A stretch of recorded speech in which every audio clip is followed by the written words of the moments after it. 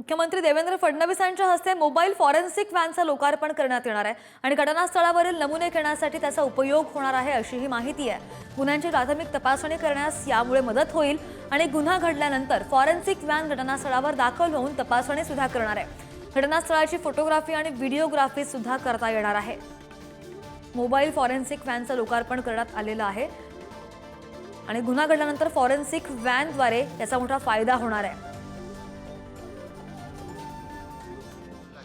महाराष्ट्र हे पहिलं राज्य आहे की ज्या राज्याने त्याला अनुकूल अशा प्रकारच्या मोबाईल फॉरेन्सिक व्हॅन्स तयार केलेल्या आहेत। या प्रत्येक मोबाईल फॉरेन्सिक व्हॅनमध्ये वेगवेगळ्या प्रकारचं साहित्य त्या ठिकाणी असणार आहे।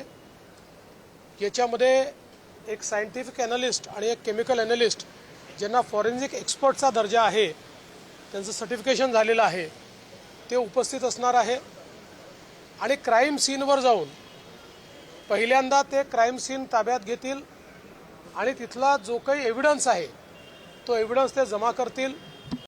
कुठल्याही प्रकारे आपल्याला अनेक केसेसमध्ये योग्य एव्हिडन्स नाही म्हणून जो काही क्रिमिनल सुटताना दिसतात तसं याच्यामध्ये होणार नाही, तर त्याच ठिकाणी या किट्सच्या माध्यमातून त्यांना त्याचा 100% प्राथमिक जो काही आहे तो निष्कर्ष काढता येईल आणि अंतिम निष्कर्ष देखील काढता येईल। यासोबत हे जे काही वेगवेगळे इक्विपमेंट आहेत यातनं जे काही एव्हिडन्सेस जमा होतील हे एव्हिडन्सेस कशा प्रकारचे स्टोअर करायचे त्याकरता ब्लॉकचेनची पद्धती तयार केलेली आहे। ब्लॉकचेन पद्धतीमुळे पुरावा कोणालाही टॅम्पर करता येणार नाही, त्यामुळे अतिशय सबळ आणि सायंटिफिक पुरावा हा आपल्याकडे या ठिकाणी राहील।